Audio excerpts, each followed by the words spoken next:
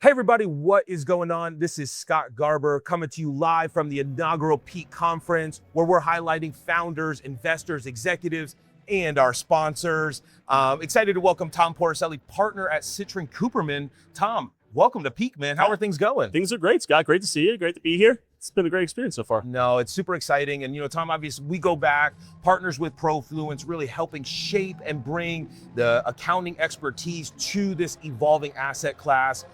Give us a little insight. Who is Citrin? What was your on-ramp into sports? And then we'll sort of draft off into Peak and what's going on here. Yeah, no. So been in the accounting space for 15 years. Kind of grew up in this space. Became partner a couple of years ago, and sports has always been an affinity. Growing up as a young kid, and growing up playing collegiately, and then trying to figure out what's going to pay you versus what you love at the end of the day. Yeah. And I was fortunate enough at an inflection point to kind of drive our technology practice. So I lead our technology and innovation and sports practice at Citrin. And the picks and the shovels, that's what's here today, right? You're finding those that are really building out from the fan engagement, from the stadium side of things, but also supporting the overall ecosystem down from youth sports all the way up to pro, right? And that's the really thing that kind of drives me at the end of the day, is finding ways to help them. Yeah. Right, from our side of the lens. So give me a little insight. Obviously sports is an emerging asset class. This might not be the most traditional conference for a Citrin to show up. What were some of the early indicators that you guys could carve out a real market here and become a staple within this industry? Well, I think it goes back to Profluence, right? Not to give you a plug there at the end of the day, but it really is, right? What you guys built it from a community lens, right? When you have people that are building within the space, nothing's been done across ecosystem of sports, right? To bring everybody together from pro to youth and everybody in between. That's really what this represents. Again, an accounting firm, right? So we go to conferences, we send our people out. And when you see things like that, where people are just there and selling, you got really the people that are driving, moving the needle here, right? They got the real momentum. They're building the thing. You got the founders here. And that's really what shows in something like this. No, I totally agree. It feels like a real community, coming off your college baseball days. It sort of has a locker room-esque feel, right? Like everyone is here putting their shoulder to the plow, trying to be a part of what's coming next. Give me a little insight when we start to talk about, coming out of this, right? What does success look like? How do you evaluate? Obviously you guys have participated in a meaningful way as a sponsor. What are you hoping to see as Peak winds down and we take all of this momentum back into our real worlds? Yeah, I think it's the growth of this. Like, what's next for Peak, right? I think, what's next for these people? What do they take out of this, right? From our end, we're going to take out a lot of, new relationships, deepened relationships. Because going back to the locker room feel of relationships, right?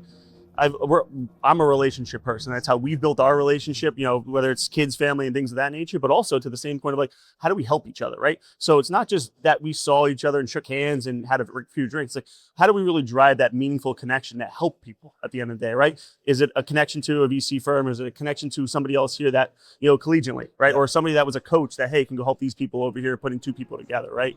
And I'm really excited to see what that next step is in this, right? And then what, Peak does from there. And making this thing even more than what it was this first time around. No, it's really cool. And I think Peak has done a tremendous job at not just looking at sponsorships, but bringing in true partners, right? This is the environment where we're not here for 1 year. This is a long-term activation where we want to see the same faces show up over and over again and really build that brand continuity, the trusted resources to really help shape the future of this market. Tom, I got to ask, right? We think about CPAs and tax days behind us, so we're all smiling a little bit. What's one common misconception amongst early stage founders when it comes to setting up the books and making sure that they're ahead of the game when they ultimately have that liquidity event, when they're successful? Yeah, I think at the end of the day, what I guess gets lost is founders and builders, right? They're so focused on building the product, so focused on building whatever they're doing that they forget that it's not Aunt Sally that should be doing their stuff, right? If you plan ahead, it's always going to save you time at the end, save you money at the end. And that's really what we've set up here, right? That was my big, an auditor by trade. So we're always the bad guy in the relationship. We're coming in because somebody has the needs of auditor, this, that, and I hated that, right? Because that's not me. That just was my job. Yep. And we took a spin of going backwards to go forwards, where it's like, hey, let's go down market, help these firms, help these companies, because what they're missing at the end of the day is that true support from a firm or a place that actually knows what they're doing, right? And bringing that level of expertise downwards. And it's not a cost thing. It's not a money thing. Everything we do is relationship based, right? Everything, take dollars out of it. That's not really meaningful. If you could help somebody, they're always going to come back to you in some form or fashion.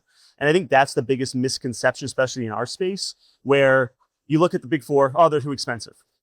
Okay, got it. But they have their time and place that they need to be there. And then there's us. So we serve the middle market, and that's really where we want to be. We want to help the ones that are growing. That's where we were founded. We're founded by two guys that left one of our competitors 50 years ago. And 50 years later, we're $1 billion firm, but we serve the middle market. We serve those that are growing, the picks and shovels, right? I think that's one of the biggest misconceptions, is that we're just not there to, we're more than just an accounting firm. We're an advisor firm. We're a consultant. We're a trusted advisor. And I think that's really what I've seen, especially like working with you guys at Profluence. There's more than just, doing a tax return, right? It goes back to the connectivity, the network, and finding different ways to elevate ourselves to help them in a different way, right? Whether it's, again, it could be a tax return, but at the same time, it's, hey, we can do all these other advisory slew things, or even just connected to our network, right? Yeah. And most of the people, they want to have a conversation. So they want to find a way to help themselves. Absolutely. And I mean, I think there's a through line amongst all of our conversations, relationships over everything. And as we build the foundation here at Peak, it's imperative that we have this essence of community, not only with our founders, our investors, our executives, but with our partners as well that are coming in and helping make this thing a total success. Tom, from Profluence, from Peak, we look forward to many more years of partnership, and thank you for everything that you're doing for the industry. I appreciate it, buddy. Thank you.